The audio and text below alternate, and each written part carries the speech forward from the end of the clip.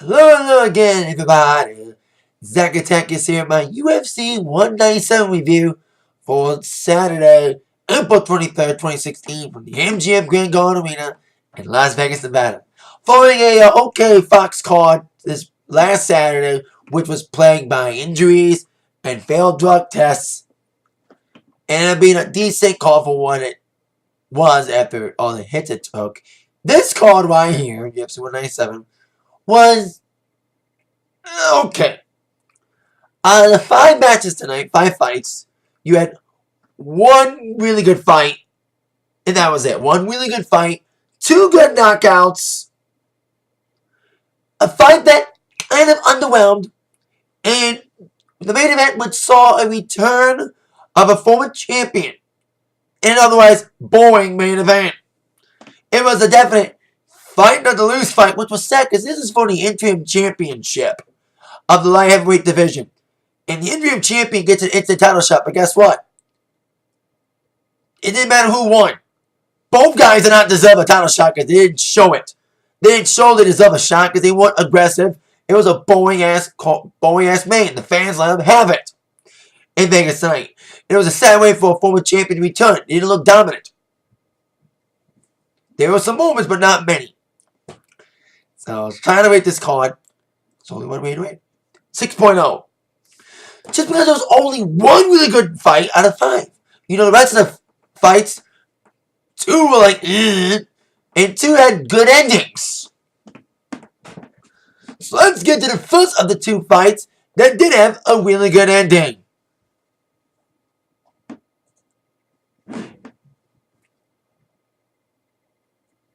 First off, we would have in the featherweight division, Yair Whittaker taking on Fili.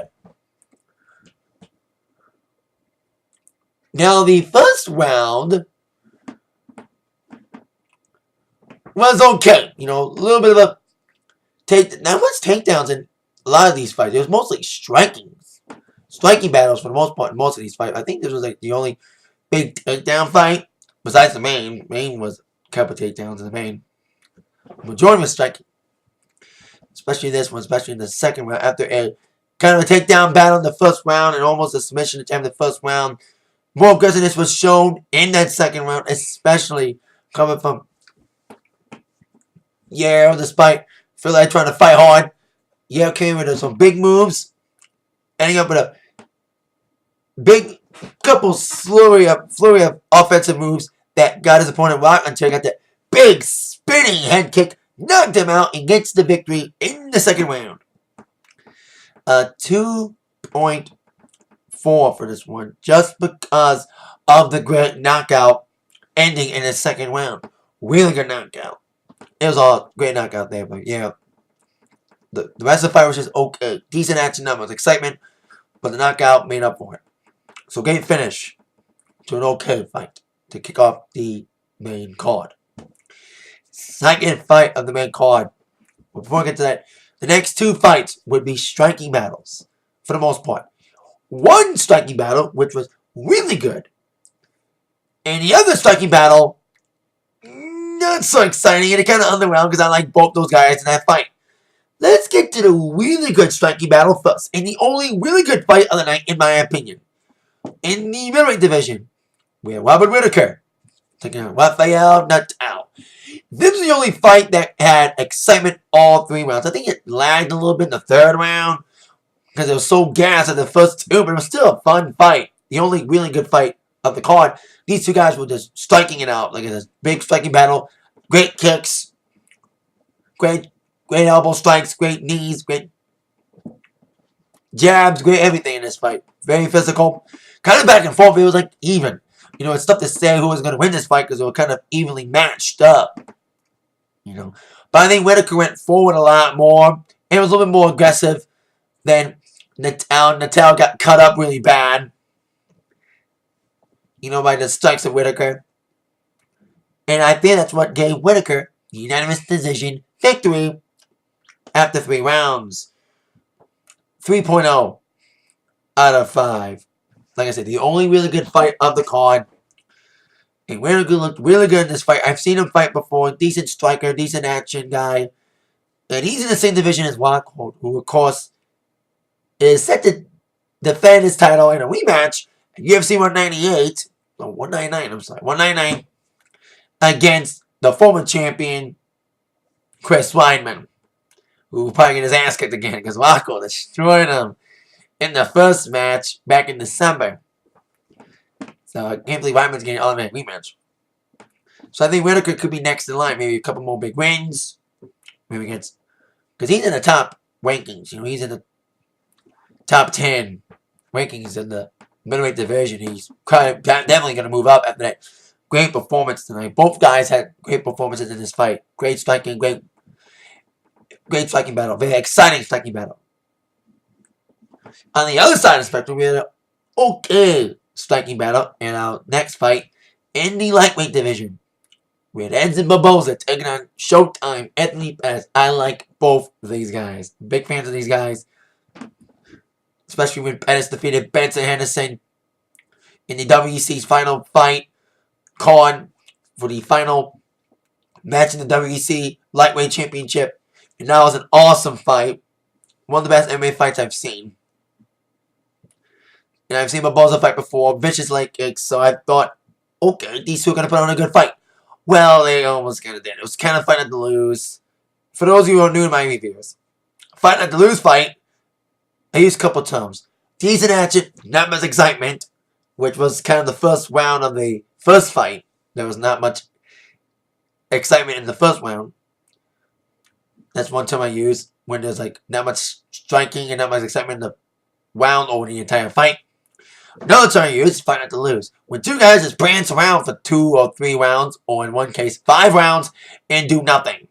Then hit each other for nothing. And that's kind of what it was, you know. It was okay striking, especially Barboza. It's kind of one-sided. Pettis has not been the same since losing to Rafael dos Anjos in the lightweight championship fight. He got his ass kicked by Rafael dos Anjos. And since then, he's been on a losing streak.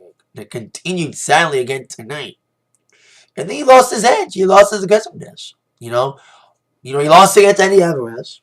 And he lost again tonight in unanimous decision by Edson Barboza. And like I said, Barboza came in with those leg kicks. You know, those leg kicks are vicious. Because that's what one fight he was in. I was like, dang. You know, those leg kicks, he was nailing everybody. It was vicious. And it nailed Pettis, and it kind of grounded him. It kind of stiffed his offense because, you know, how can you do offense when you have a guy who's literally kicking you and kicking your leg? But it was okay striking. It was just not exciting, especially after that last fight. And I thought these two were going to put on a good fight, or at least an exciting one. 2.3, because there's not much excitement in this fight, especially after that great fight we just had, and a little bit underwhelming because I like both these guys. It's kind of a fight not to lose fight. Joe Rogan said they did not disappoint. Well, they kind of did for me. You know, I wish it was more exciting. Some okay action, like I said. You know, some good striking. And it was a striking battle, like the last one. But the last striking battle was more exciting. This one kind of wasn't for me. So there you go. Now on to our co-main event of the evening.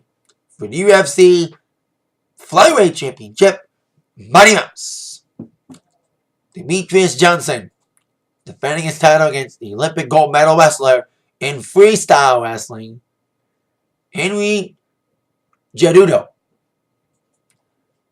Now, Johnson has not been challenged by anybody. You know, it's kind of like, he's like the least liked champion in the UFC. Because he hasn't put on much exciting fights, so kind of one-sided. Because no one really challenges him, and it almost felt that way tonight. Although Cejudo tried his best, he did have a takedown at one point in the middle of the first round, which was an okay first round. You know, when you're a challenger, you gotta go at the champion. You don't wait for the champion to come to you. Even if he's kind of elusive, like a Mighty Mouse. So Cejudo tried his best to try to take him down. But then, that takedown did nothing. It just brought Johnson to life. After that takedown attempt by Cejudo, he didn't do nothing with it.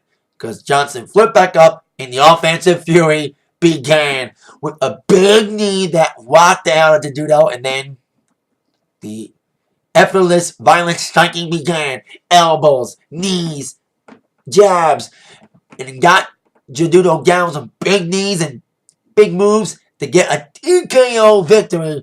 Dominant knockout finish, TKO finish. Probably one of the best performances I've seen of Johnson's. Because it was at least exciting. 2.3. Just because there was only one round there. But it was a good finish. Very fun finish. With Johnson getting aggressive and trying to be exciting. Because he's like, hey, the fans don't like me because I don't put on exciting fights. And kind of one-sided. And it kind of happened tonight. As he got the victory in decisive fashion. And he was dominating. It was decisive. Unlike our main event. This was his 8th defense. I think.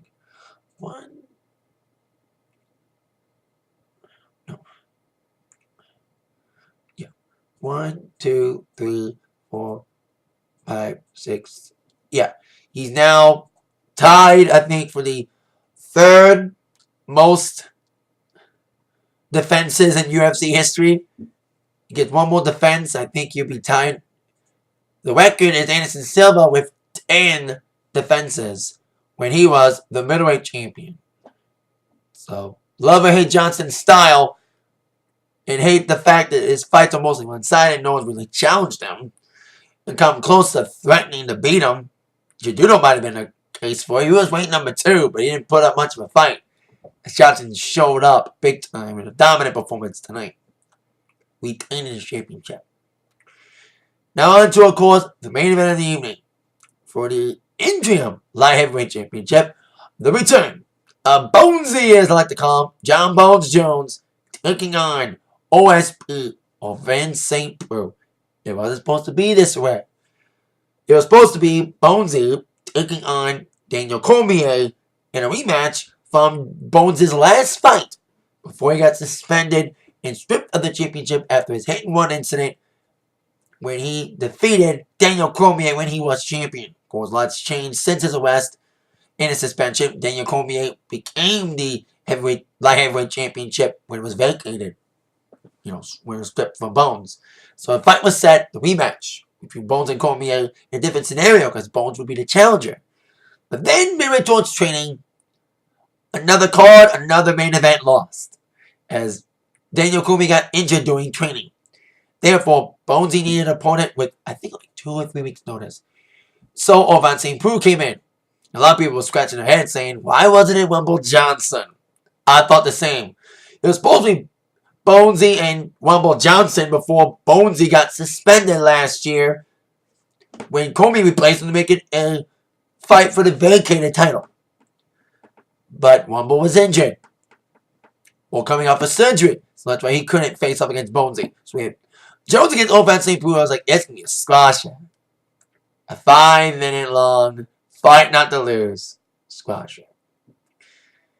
This was just an uneventful main event. And this was Bonesy's return. His first fight in over a year. But he had a little bit of rust. He did come in with his cockiness, did a little qual. He even started off qualling in the middle of the match. But the fight itself was just, it was like I said earlier on in the video. A definite definition of a fight not to lose fight. These guys just pranced around the ring for 5 rounds and did nothing. But guys, this is an interim title fight. This is not a regular title fight. This is an interim championship fight when the winner gets a shot at the champion. And guess what? Both these guys don't deserve a shot because they didn't do shit. They didn't excite the fans. The fans booed.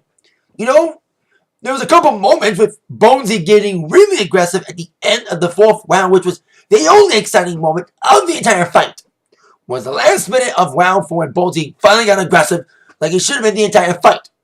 Even though it was an interim title fight, both these guys needed to fight like it wasn't a title fight. Because these guys needed to prove that they were the ones, or they were the one, to face Cormier against the winner gets a shot. And these guys didn't show it. They bored the fans. They didn't hit each other much. It was just boring. Fight not to lose. And Bonesy went forward, and OSP did some okay shots in, but he didn't do much. Bonesy was on him. And too elusive. Bonesy is. Maybe that's why OSP had a different plan. You know, he had his game plan, he stuck with it, and guess what? He got beat.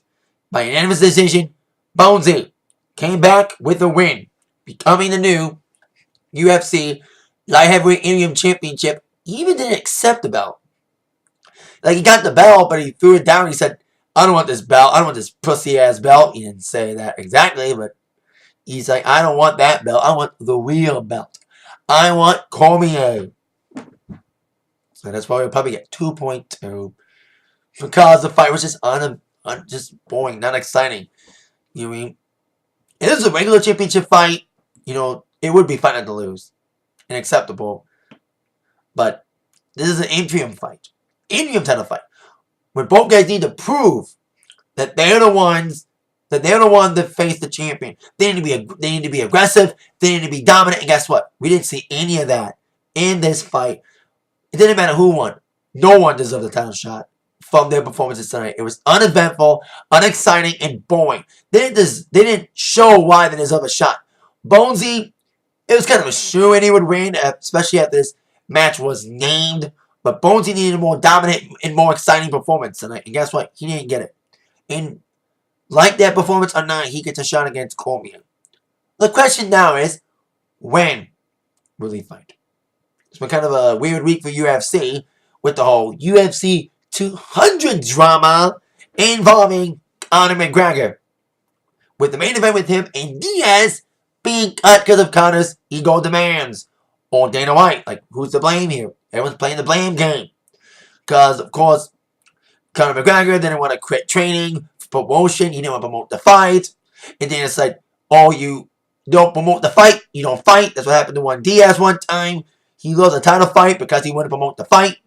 But UFC had little rules. Like, the rules about people promoting fights, it's kind of stupid. You know, they can promote fights, but they don't have to, like, go around the world to promote it. They can, like, do little appearances, not, like, do, like, a mini tour, like McGregor was saying. You know, UFC's little policies caught up to him because they lost a big money card. Probably the main event that was going to sell UFC 200. And now with their big draw gone, they need a replacement. GSP might be coming back soon, but he has nothing else to prove. So that leaves a possible Jones-Cormier fight. As long as Cormier gets better in a couple months, he could fight again in July. Because Bones did not take any much punishment in the fight tonight against OSP. He did not get seriously hurt or injured. He didn't get really banged up. Because the fight, like I said, was much boring. And the fans let him have it. A lot of boos, and they deserve those boos. Because the fight was just unexciting. The fight had to lose. Fight. Sprains went for 5 rounds. Besides those little seconds in the 4th round, which was the only exciting moment of the fight, in my mind. So, if they don't fight UFC 200, then that's a logical place for these two to face off at, if it ain't at UFC 200, would be the highly anticipated, long-awaited, and long-last UFC debut in New York at Madison Square Garden in November. Because I think one of the fighters is from New York, and that's Bonesy. Bonesy's from New York, and a lot of New York-born competitors have been waiting for this day for New York to finally lift the ban against MMA. They were the only state left in the country to ban MMA events from the state, and they finally legalized it in the state just a few weeks ago, and then just signed on the first UFC fight in MSG in November. Wowsy might be involved in that match, might be involved in that card to face possibly the winner against Risha Tate and Amanda Nunes at UFC 200. And even without McGregor, UFC 200 looks like a good card. But they do need that one big main event draw. With losing McGregor, they need a big fight to replace it. Whether there's a GSP return, because all the big guys are booked. Silva's booked next for UFC 198. Aldo's a core main against Frank Yair. BJ Payne's already booked for his return at UFC 199. So it's like, it's either GSP or Jones and Cormier. If not, those two face off at UFC in MSG in November. With Wowsy possibly. So we'll see when these two will fight. And hopefully this fight will be a little better than the first fight. The first fight was decent, but Cormier didn't put much of a fight. Bones was really aggressive in that one. He was more aggressive in the fight against Cormier in January than he was tonight against OSP. He wasn't aggressive. He didn't show his aggressiveness until like a little glimpse of it in the 4th round. You know, he gets the title shot, but guess what? He doesn't really deserve it. Because he didn't show us he deserved it. He didn't put on an exciting performance. He bored the fans. Hope he doesn't bore the fans when he does fight Cormier again in November or July, whenever it will be. So there you go. Just an okay UFC card with only one really good fight, 2 good finishes, and 2 fights were just hopefully they can do a little bit better card in UFC 198. And that is it for my UFC review. Thank you so much for watching. Close awareness and honor. Memory of my main man, Prince. Love you, man. Long live the Prince. With that in mind, you've been attacked by the review from Zach. See you later, everybody.